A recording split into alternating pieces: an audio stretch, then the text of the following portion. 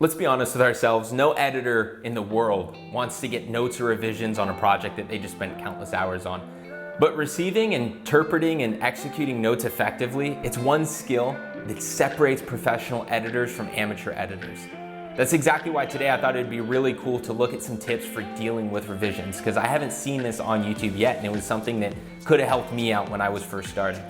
If you're new to this channel, my name's Dylan Reynolds, and on this channel I come out with videos related to cinematography, video editing, and just overall filmmaking topics. So if that's something you're interested in, feel free to subscribe, I'd really appreciate it. So let's get back to what I was saying earlier. Let's just say you spent countless hours carefully piecing together an edit in a way that you think works best for the story. You're super excited about it. So why would you want to listen to someone else's criticism of your work? Why would you want some amateur producer, studio exec, or in most cases, a client with bad taste to ruin all your hard work? Don't they realize that you cut things together in a very specific way? It was all methodically planned out for a specific reason? Well, yeah, unfortunately, most of them don't understand that, and revisions aren't fun, but this is the real world, so us editors, we have to get used to it. And if we're being really honest with ourselves, we don't know everything. And this is a reality check that I've had to come across a lot as an editor, where you learn a lot and you think that you just become invincible as an editor. You know how to create motion graphics, you know how to use After Effects and Premiere Pro, and then it makes you feel like you are too good to take revisions. And as many times as a cut is ruined by bad revisions, something I learned is there are even more occasions where a piece of my work is improved by listening to the feedback of other creative, perceptive, and intelligent people.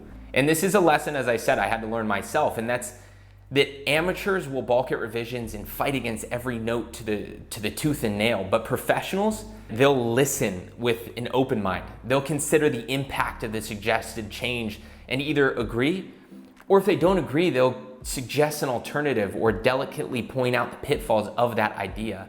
Now, I will say one key suggestion when executing changes based on revisions is understanding the reason for the notes, understanding the why. Try to understand why the director, why the producer, and in most cases, why the client is giving the note in the first place. Sometimes the reason is far more important than the actual revision itself. You should try to find and interpret and understand what the note is trying to achieve rather than just look at the surface level suggestion. That way you can be sure that your changes satisfy the underlying objective of the entire edit, the whole story really. I want to give you an example. If you take a look at the short film trailer / intro, there was a revision for it. The ending of your cut feels like it doesn't reach a big enough climax. Make the music bigger there. Now, maybe, just maybe the solution is actually to pump up the volume of the music at the end, or to go find a bigger part of the song, or add a riser sound effect underneath, etc. There's a million things you could do. But that's not the real problem. What if the real problem could actually be the cut got too big too soon in the edit, and there was no place for the intensity to climb at the very end, and it might actually be a matter of toning down earlier parts of the cut rather than amping the end section.